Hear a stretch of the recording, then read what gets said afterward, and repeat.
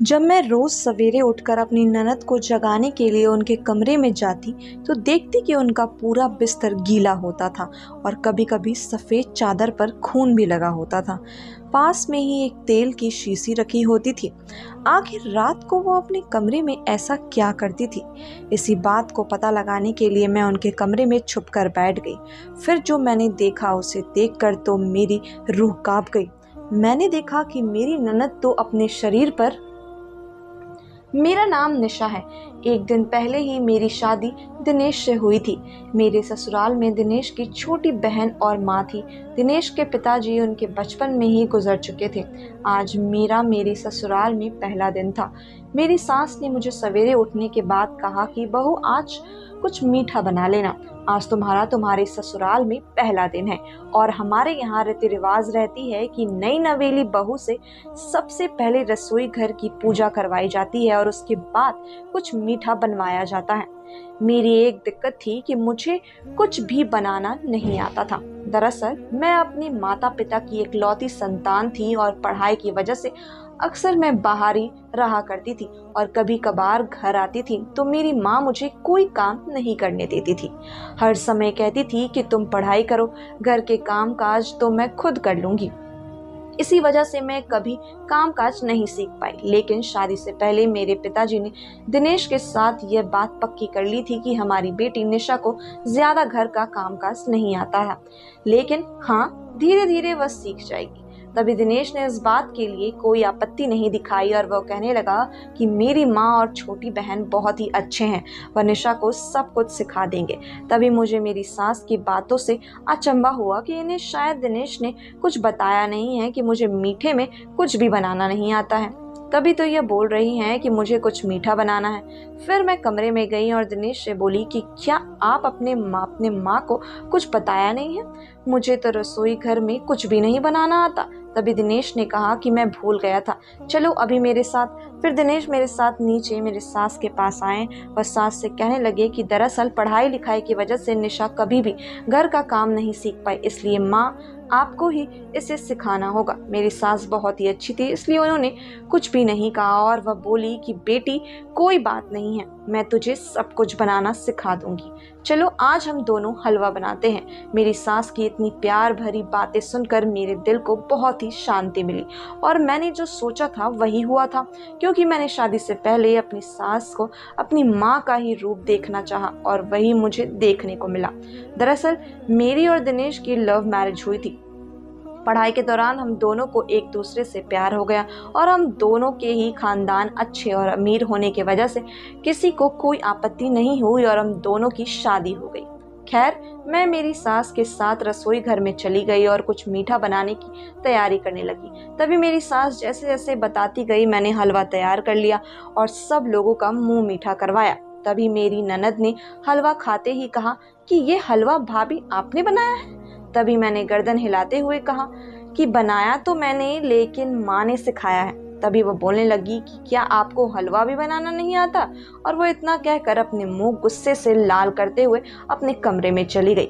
मेरी ननद का नाम रेखा था। रेखा अभी उम्र में केवल 16 साल की थी, लेकिन उनकी बातें और उनका गुस्सा तो मानो 20 साल से बड़े लोगों को जैसा था। तभी मेरी सास बोली कि तुम बुरा मत मानना बहू, इसकी तो आदत है, यह हमेशा छोटी छोटी बातों पर गुस्सा कर लेती है।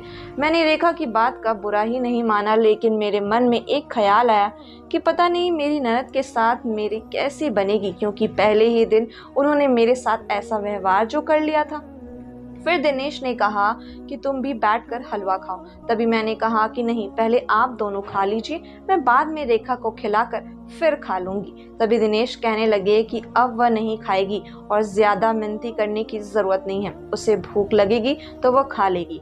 खैर, मैं उन लोगों को हलवा खिलाकर अपने कमरे में चली गई। थोड़ी ही देर बाद मेरी सहेली का फोन आता है और वो मुझसे कहती है कि हम लोग तुम्हारे ही शहर में आए हुए हैं, क्या हम तुमसे मिल सकते हैं? तभी मैंने उनसे कहा कि पहले ही मैं अपनी सास से परमिशन लूंगी, उसके बाद ही मैं तुम्हें बता पाऊंगी। फिर मैं अपनी सास से कमरे में जाकर उनसे कहने लगी कि मेरी कुछ सहेलियां हमारे शहर में आई हुई है। दरअसल वह मेरी शादी में नहीं आ पाई थी, क्योंकि उन्हें कुछ ज़रूरी काम हो गया था, इस वजह से वह मुझसे मिलना चाहती है। तभी मेरी सास कहने लगी कि इसमें कौन सी बड़ी बात है बेटा, उन लोगों को घर पर ही बुला लो। तभी मैंने मेरी सास से कहा कि वह अपने परिवार वालों के साथ है, इसलिए घर पर नहीं आ सकती। अगर आप मुझे इजाज़त दें तो मैं शहर में ही जाकर उनसे मिल जाऊं। तभी मेरी सास ने कहा कि ठीक है बेटा, गाड़ी और ड्राइवर को लेकर चली जाओ और ध्यान से जाना। फिर मैं बहुत खुश हो गई और ड्राइवर के साथ अपनी सहेलियों के पास मिलने के लिए चली गई। वहाँ पर कुछ देर बातें करने के बाद और कुछ खाने के बाद मैं घर वापस आ गई।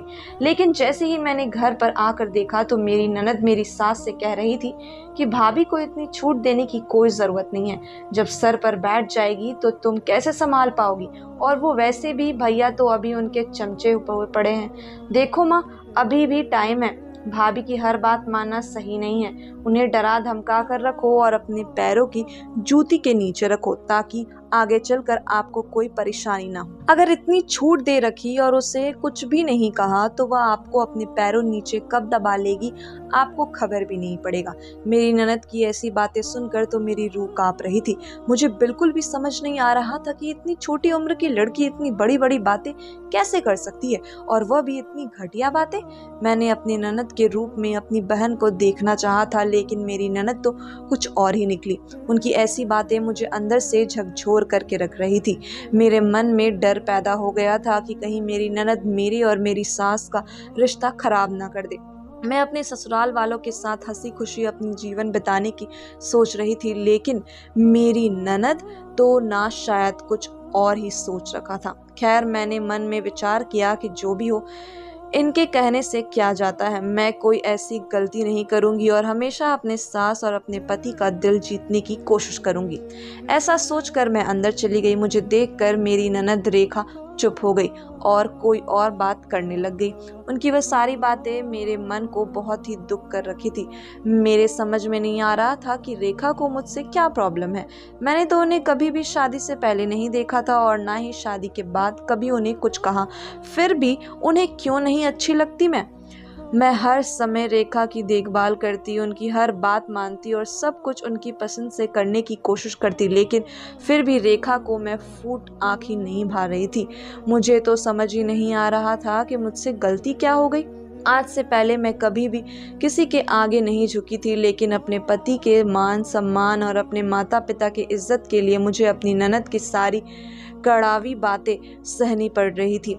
पर मैं वो कड़वे बातें घूट घूट कर पीकर अपने काम में लग गई।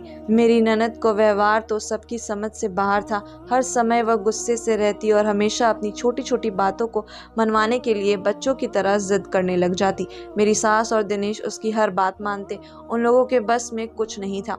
वह लोग चाह कर भी उसे कुछ नहीं कह पाते। जब भी अगर उसे कुछ कहते तो वह आत्महत्या करने की धमकी देने लग जाती, जिसके डर से मेरे पति और सास उनकी हर बात मानने अपनी आदत करने बना ली।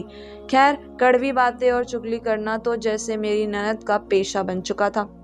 छोटी छोटी बातें पर मेरी सास को भड़काने लगती थी, लेकिन मेरी सास इतनी समझदार थी कि उसकी हर बातों को अनदेखा कर देती थी। यही बात मुझे सबसे ज़्यादा अच्छी लगती थी। खैर, एक दिन मेरी सास ने मुझे कहा कि अब रेखा के स्कूल शुरू होने वाले हैं, इसलिए बहू उठकर इसे रोजाना उठा दिया करना। इसे देरी से उठने की आदत है। मैं मंदिर चली जाती हूँ इसलिए इसे उठा नहीं पाऊंगी, इसलिए तुम उठा देना। मैंने सासू माँ से कहा कि ठीक है, मैं उठा दूंगी, लेकिन मेरे मन में डर था कि अगर मैं उठाने गई और यह मेरे ऊपर ही भड़क उठी तो मैं क्या कहूँगी, और वैसे भी घर में कोई नहीं होगा जिससे मैं कह सकूंगी। खैर, जैसे तैसे मैं ये करने के लिए राजी हो गई। दूसरे दिन सवेरे मैंने उठकर चाय बना दी और अपनी ननद को उठाने के लिए उनके कमरे में चली गई। जैसे ही मैं उनके कमरे में गई तो वहां पर एक ऐसा नज़ारा देखा जिसे देखते ही मेरी रूह कांप गई। मैंने देखा कि मेरी ननद का पूरा बिस्तर गीला पड़ा है, जैसे पानी गिरा हो, और कहीं कहीं खून के धब्बे भी थे, और उनके बगल में ही एक तेल की शीशी भी पड़ी थी जिसमें से कुछ तेल निकला हुआ था। मुझे तो समझ ही नहीं आ रहा था कि ये तेल मेरी ननद के कमरे में क्या कर रहा है और इन्हें भला तेल की क्या जरूरत पड़ गई। खैर, मैंने अपनी ननद से इस बारे में कुछ भी नहीं कहा, ना ही कोई बात की, क्योंकि मैं अपनी ननद के स्वभाव से बिल्कुल वाकिफ थी। मैं नहीं चाहती थी कि किसी भी तरह के घर में हंगामा हो, इसलिए मैं चुप ही रही और मैंने अपनी ननद को प्यार से बुलाते हुए कहा कि उठ जाइए, आपके स्कूल का समय होने वाला है, चाय भी बना दी है। तभी मेरी ननद बिना कुछ बोले सीधा उठकर बाथरूम में चली गई। मैं भी अपने कमरे में आ गई और नहाने की तैयारी करने लगी। खैर, अब तो ये रोजाना का हो गया था। जब भी मैं सवेरे अपनी ननद को उठाने जाती तो उनके बगल में तेल की शीशी पड़ी होती, जिसमें से रोज थोड़ी थोड़ी तेल निकला हुआ होता और उनके बुरे बिस्तर पर खून के धब्बे और पानी जैसा कुछ गिरा हुआ होता। मुझे तो कुछ भी समझ में नहीं आ रहा था कि आखिर ये अपने कमरे में ऐसा क्या करती है। और उनके बाल और कपड़े भी पूरी तरह से बिखरे हुए होते थे। मेरे मन में ना जाने क्यों गलत गलत शक पैदा हो रहे थे, लेकिन मैं फिर भी अपनी जुबान को नहीं खोल पाई, क्योंकि बिना पूरी बात जाने मैं कुछ भी नहीं बोल सकती थी। खैर, मैं तो मन में सोचने लगी कि कहीं रेखा कुछ गलत तो नहीं कर रही, लेकिन रेखा के सामने यह बात कौन रखे, उनसे पूछे कौन, क्योंकि उनको जो स्वभाव था वह तो एक दिल चीरने वाला भी था। हर समय चिड़चिड़ापन और गुस्से से रहना और हर समय चुगली जैसे अफवाह फैलाना तो जैसे उनकी आम आदत थी। लेकिन खैर, मैं इतनी चुप भी नहीं रह सकती थी, क्योंकि वह मेरी ननद थी। उनका स्वभाव चाहे जैसा भी हो, लेकिन उनका सही गलत का ध्यान रखना तो मेरी भी जिम्मेदारी थी।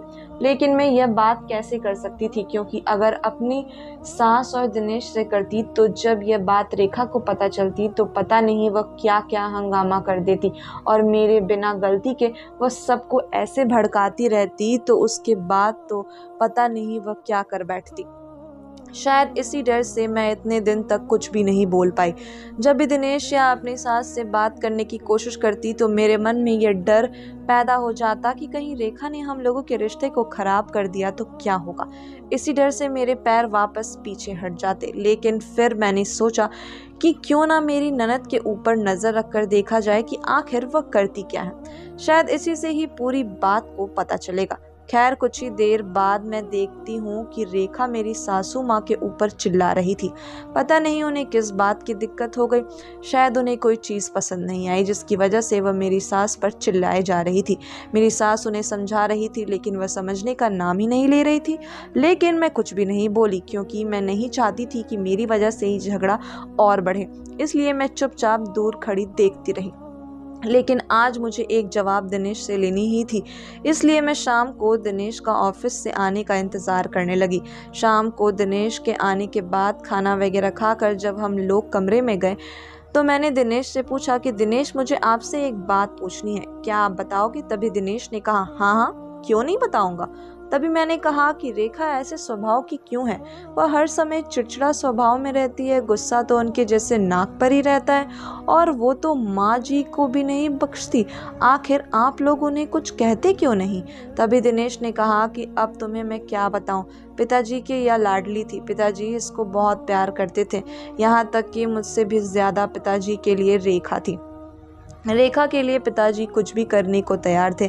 इसलिए जब पिताजी के डेथ हुई तो उसके बाद से मैंने और माँ ने पिताजी की जगह ले ली और रेखा को कभी भी कुछ नहीं कहा। रेखा जो मांगती वो उसे ला कर दिया जाता, जो भी यह बोलती उसको पूरा किया जाता और इसमें गुस्सा आता तो हम लोग इसके गुस्से को सहन कर लेते।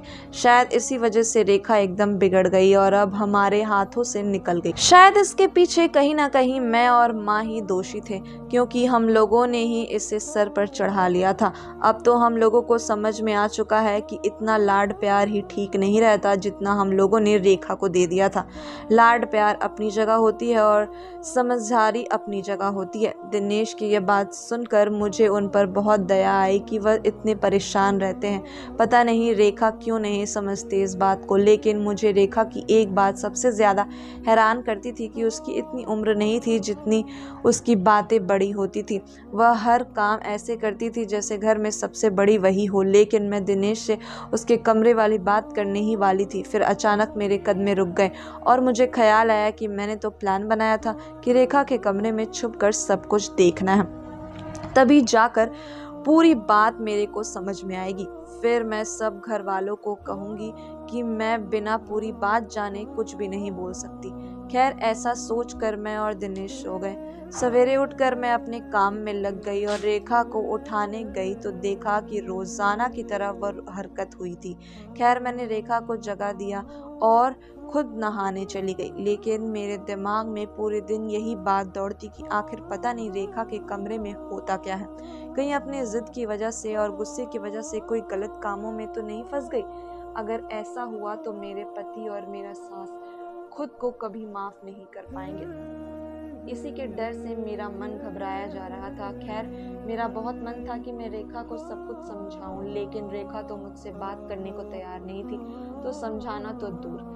अब तो मेरे किसी भी काम में मन नहीं लगता था। दिन भर यही सोचती थी कि पता नहीं रेखा किन विचारों और ख्यालात वाली लड़की है। मैंने आज से पहले ऐसी जिद्दी लड़की कभी नहीं देखी थी जो अपनी माँ के ऊपर भी चिल्लाने लगे, लेकिन यह सब तो रेखा में था।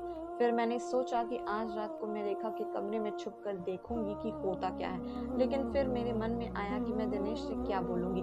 तभी मैंने सोचा कि दिनेश को सुलाकर यह काम करूंगी और दिनेश का नींद की दवाई दे दूंगी। मुझे मन में बहुत ही शर्म थी, मैं दिनेश को नींद की दवाई दे रही हूँ, लेकिन मुझे रेखा की सच्चाई जानने के लिए आज के लिए ऐसा करना ही था। तो खैर मैंने दिनेश को नींद की दवाई दे दी और उसे सुला दिया। दरअसल रेखा बाहर आंगन में देर रात तक पढ़ाई करती थी, क्योंकि उसका कमरा सड़क से बिल्कुल पास लगता था, जिसकी वजह से सड़क का शोरगुल उसके कमरे में आता रहता था, जिस वजह से वह पढ़ाई नहीं कर पाती थी, तो देर रात तक आंगन में ही रहती। इसी चीज का मैंने फायदा उठाया। जब दिनेश पूरी तरह सो गए तो मैं धीरे से रेखा के कमरे में जाकर छुप कर बैठ गई। जब 11 बजे का समय हुआ तो रेखा पढ़ाई करके अपने कमरे में चली गई और वह आज पूरी तरह थकी हुई लग रही थी। उसने पानी पिया और पानी पीते ही रेखा सो गई। अब तो मुझे समझ में नहीं आ रहा था कि रेखा यह सब कब करती है कि उसके बेड पर ऐसे पानी और खून के छींटे आते हैं। तभी मैंने सोचा कि रेखा तो सो गई है, इसने तो ऐसा कुछ भी नहीं किया। फिर मैंने सोचा कि शायद मैं ही गलत सोच रही थी। खैर मैं यही सोचने लगी कि जब रेखा गहरी नींद में सो जाएगी तो मैं धीरे से इनके कमरे से बाहर चली जाऊंगी, क्योंकि जो प्लान बनाकर मैं इनके कमरे में बैठी थी कि रेखा क्या करती है वह देख जाए, लेकिन रेखा ने तो ऐसा कुछ नहीं किया। तो अब मुझे तो बाहर जाना ही था। फिर मैं रेखा के सोने का इंतजार करने लगी। थोड़ी ही देर बाद जब रेखा गहरी नींद में सो गई और उनके खर्राटे निकलने लगे तो मैं धीरे से निकलकर कमरे से बाहर जाने लगी। तभी मुझे उनके कमरे से खुलने की आवाज आती है। मैं वापस उसी जगह पर बैठ जाती हूँ और सब देखने लगती हूँ कि कमरे में अंदर कौन आया है, और वह भी इस वक्त। तभी मैंने जो देखा उसे देखकर तो मेरी रूह कांप गई। मेरी तो हालत खराब हो गई कि ऐसा क्या हो सकता है। तभी मैंने देखा कि मेरी सास रेखा के कमरे में आती है। उनके हाथ में बहुत सारा पानी होता है और दूसरे हाथ में खून जैसा कुछ होता है, और तीसरे हाथ में एक नारियल और उसके ऊपर कुछ बंधा होता है। मुझे तो समझ में ही नहीं आ रहा था कि मेरी सास ये सब क्या लेकर आई है और यह करने क्या वाली है। तभी मैंने देखा कि मेरी सास रेखा के ऊपर से वह नारियल उबारने लगी और उस पानी के छींटे रेखा के ऊपर डालने लगी और उसके पूरे बेड पर डाल दिया।